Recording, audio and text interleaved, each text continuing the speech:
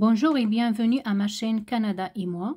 Si tu travailles dans le domaine de la construction ou le génie et tu souhaites immigrer au Canada, j'ai une bonne nouvelle pour toi. Plusieurs entreprises canadiennes recherchent des travailleurs qualifiés dans le domaine et ça va te permettre d'avoir un contrat de travail gratuit au Canada. Alors si tu es intéressé, reste avec moi pour savoir les étapes pour s'inscrire à cet événement de recrutement. Donc sur Google, on tape Talent Montréal, c'est ça le nom des sites pour le recrutement. On clique ici, Talent Montréal, trouver un emploi à Montréal depuis l'étranger. Puis pour voir les événements, on rentre ici dans événements. L'événement qui nous intéresse, c'est celui-là, Journée Montréal recrute construction et génie.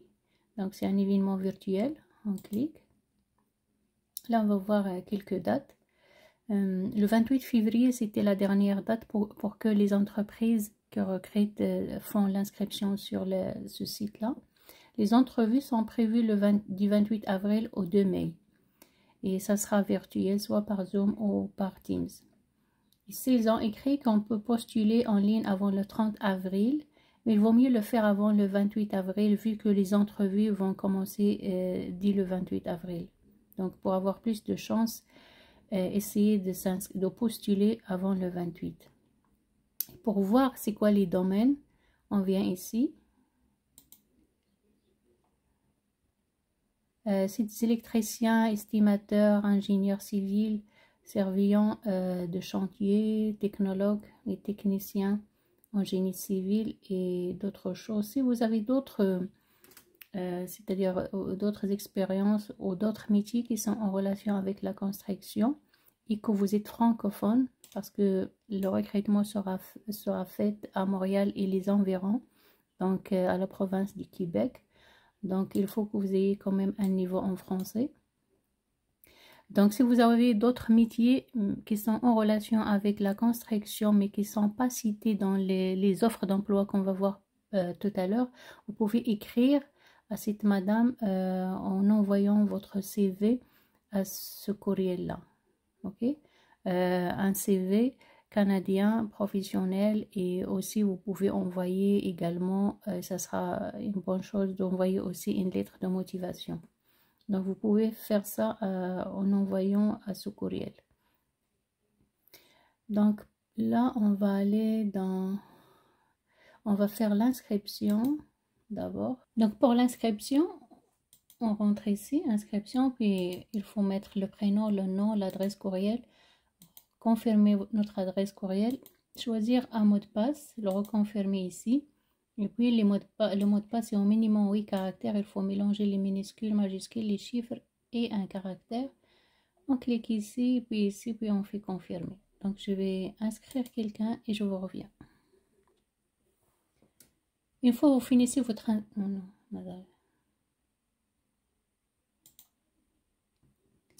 Une fois vous finissez votre inscription, vous allez recevoir ce message sur votre boîte email pour confirmer l'inscription. Donc on clique ici pour confirmer votre compte. Et puis ça va nous donner ce message qui dit que notre compte est confirmé. Après ça va nous amener directement sur le site. On va aller voir les événements qu'on avait tout à l'heure. Donc on clique ici sur l'événement qui nous intéresse. Et puis en bas, on va voir si, oui, ici on va postuler. Donc on clique ici, postuler dès aujourd'hui. Et puis on va voir les offres d'emploi. Moi j'ai inscrit une personne que je connais, elle m'a demandé de le faire. Donc lui, donc vous allez voir, c'est ici les offres d'emploi. Vous allez voir celui qui vous intéresse, vous cliquez dessus et vous continuez l'inscription. Pour lui, il s'intéresse à ce poste-là, chargé de projet en construction. Donc on clique et puis dans cette page, ça vous donne des informations sur le poste. Donc une description de l'emploi où il y a toutes les détails sur les tâches que vous allez faire, les informations, le nombre d'heures. Ici on a 40 heures, le salaire aussi. Et puis les conditions préalables comme ici 5 ans d'expérience au moins dans le poste, le niveau d'études, le diplôme, etc. Les compétences linguistiques, les compétences requises, Gestion de projet, genre par exemple 3 à 5 ans, service client 3 à 5 ans. Mais même si vous ne répondez pas à toutes ces exigences, vous pouvez aussi postuler. Je vous conseille de le faire parce que des fois, ils ne trouvent pas des personnes qui répondent à la totalité de ce qui est demandé, mais on peut recruter d'autres personnes qui ont moins de critères là. Puis, pour postuler, on clique ici. Et là, vous allez rentrer avec la même adresse email avec laquelle vous avez inscrit et votre mot de passe. On clique ici, puis on confirme. Une fois que vous rentrez votre courriel, le mot de passe, vous cliquez ici, puis on va faire confirmer. Je ne suis pas un robot. Ça va nous amener vers cette page. Il y a 3 étapes. Là, c'est 1 sur 3. Donc, on va créer notre profil. Il faut remplir tous les champs pour pouvoir passer à l'étape suivante. Donc, ici, on rentre ce qu'on cherche. Chef de projet. Je veux chef de projet en construction. Je vais voir ce qu'il va me... Ok, une fois que vous rentrez le poste que vous cherchez, vous sortez des choix à faire. Et là, vous allez choisir donc chef de projet construction. Ça, c'est le code de CNP, c'est le code national des professions. Ici, au Canada, chaque profession a un code. Et puis, le titre d'emploi, lui, c'est ingénieur. Et puis, ici, c'est le domaine construction. Donc, vous choisissez dans la liste. La construction. Et puis, vous allez rentrer l'expérience. L'expérience, il faut toujours commencer par la dernière expérience que vous avez eue. Donc, vous mettez le titre. Le nom de l'entreprise, le secteur, vous choisissez ici le secteur, le pays, la date de début de votre travail, la date de fin. Si vous travaillez aussi toujours dans le même poste, il faut cocher cette case. J'occupe actuellement ce poste. Et puis vous ajoutez les autres expériences antérieures en cliquant ici. Vous allez ajouter, c'est les mêmes informations, et puis vous ajoutez encore si vous avez d'autres, toujours en relation avec le poste. Puis pour la formation, la même chose, c'est la dernière formation que vous avez faite. Vous mettez l'école, le diplôme, le domaine d'études, vous choisissez le domaine ici. Le niveau d'études, donc il y a plusieurs niveaux. Est-ce que vous avez été au secondaire, collégial, et à l'université, premier cycle ou deuxième cycle. Puis le pays, la date du début, la date de fin. Et puis vous ajoutez les autres formations que vous avez faites avant celle-là. Et puis vous pouvez ajouter aussi d'autres licences ou certifications que vous avez eues. Vous pouvez ajouter jusqu'à 2 certificats ici, ou bien si vous avez fait des formations continues dans le cadre de votre travail, vous pouvez les ajouter ici, qui sont en relation avec le poste, c'est-à-dire qui vont ajouter une valeur pour votre candidature. Pour les compétences techniques, c'est ici qu'on va les écrire. Ici, il vous donne des exemples. Par exemple, architecture, logiciel, charpenterie, AutoCAD. Ça, c'est un exemple comment, c'est-à-dire écrire ces compétences-là. Donc ici, vous allez écrire la première compétence, la deuxième, et vous avez le droit d'ajouter une autre compétence qui est en relation toujours avec le poste. Charpentier, c'est les personnes qui aident dans la construction des maisons ici, les maisons de bois. Au Canada, la plupart des maisons, c'est en bois. Donc, le métier charpentier ici, c'est très demandé. Si vous avez de l'expérience, vous pouvez l'ajouter ici. Si vous pouvez aussi, vous êtes charpentier, vous pouvez écrire directement à l'adresse courriel que je vous ai montré au début de la vidéo. Faites votre CV et l'envoyez directement parce que vraiment ils sont très demandés dans les chantiers. Pour les attitudes personnelles ici, vous pouvez cliquer et choisir 2. Donc celle qui vous représente le plus. Donc il y a par exemple capacité d'adaptation, ça c'est important, gestion du stress, travail d'équipe. Donc choisissez juste 2, donc vous mettez une ici puis vous ajoutez une autre. Puis pour le CV, c'est important de faire le CV en PDF. Si vous ajoutez en Word, ça va pas marcher. Donc, vous cliquez ici et puis vous l'ajoutez, mais ça doit être en PDF.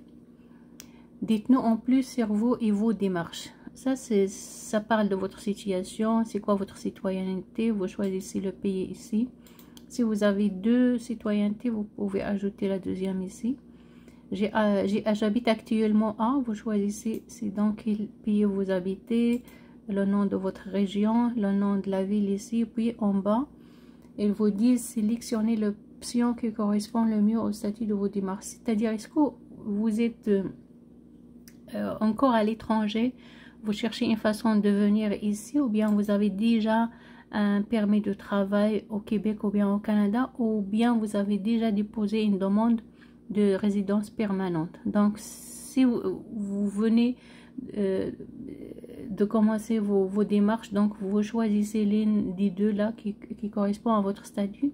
Si vous êtes encore à la recherche d'un travail qui va vous permettre de venir au Canada, donc vous choisissez la première.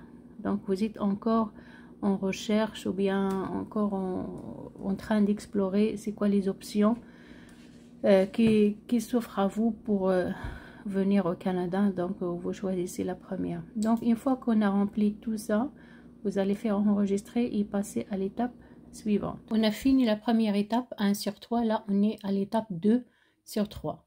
Donc ça concerne les attitudes linguistiques, le niveau en français. Donc vous allez choisir votre niveau. Vous n'êtes pas obligé de passer un test en français, mais lisez la description de chaque niveau pour savoir dans quel niveau vous vous trouvez. Donc, par exemple, la personne ou bien notre candidat, il m'a dit vous pouvez me mettre dans le niveau C1. Donc, vous choisissez le niveau qui correspond à vous. Pour le savoir, juste lisez la description. Par exemple, pour C1, c'est un niveau avancé, capable de comprendre des textes longs et ses subtilités, de s'exprimer de façon efficace et bien structurée sur des sujets complexes, et ce avec fluidité. La même chose avec les autres niveaux, donc juste lisez la description pour voir c'est quoi votre niveau. N'oubliez pas que vous aurez une autre vue si vous êtes sélectionné, donc soyez le plus honnête dans le choix des niveaux. Si le français est votre langue maternelle, vous pouvez cliquer sur langue maternelle. Donc moi je clique sur C1. La même chose pour le niveau en anglais, donc lisez la description de chaque niveau. Si l'anglais est votre langue maternelle, vous cliquez sur langue maternelle. Donc pour lui c'est B1. Et si vous avez d'autres langues, vous pouvez les ajouter ici, ou bien d'autres compétences linguistiques. Vous pouvez les ajouter ici comme l'arabe ou d'autres. C'est ici que vous allez choisir la langue. Donc vous choisissez votre langue et vous l'ajoutez. Donc une fois fini, on passe à la dernière étape.